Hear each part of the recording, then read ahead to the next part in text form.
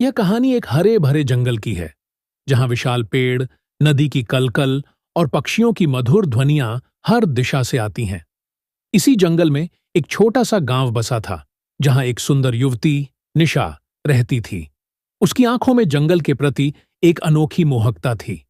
वह अक्सर जंगल में अकेली घूमने जाती, क्योंकि उसे प्रकृति से बेहद प्यार था। एक दिन, जब निशा जंगल की गहराइयों में घूम रही थी, अचानक उसका सामना एक अनजान युवक, अर्जुन, से हुआ। अर्जुन एक साहसी और रहस्यमयी युवक था, जो इस जंगल में शोध के लिए आया था। उसकी आंखों में एक चमक थी और उसकी मुस्कान में एक आकर्षण।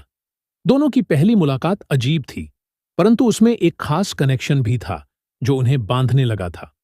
वह धीरे धीरे एक दूसरे के करीब आने लगे।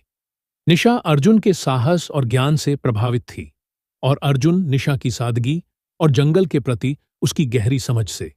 वे अक्सर साथ मिलकर जंगल की सैर करते, पेड़ों की छांव में बैठकर कहानियां सुनाते और नदी के किनारे घंटों बिताते। एक दिन, जब वे दोनों एक गहरे और अनदेखे हिस्से में गए, तो अचानक मौसम बिगड़ने लगा।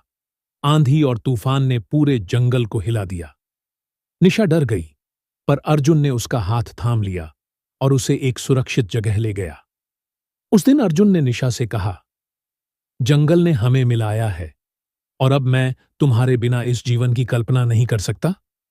निशा ने मुस्कुराते हुए कहा, शायद यह जंगल ही हमारा सच्चा साथी है। यहाँ की हर हवा, हर पेड़ हमें एक साथ बांध रहा है। उस पल में दोनों ने महसूस किया कि उनके बीच सिर्फ प्यार नहीं, बल्कि एक गहरा संबंध था, जो प्रकृति की तरह शाश्वत था।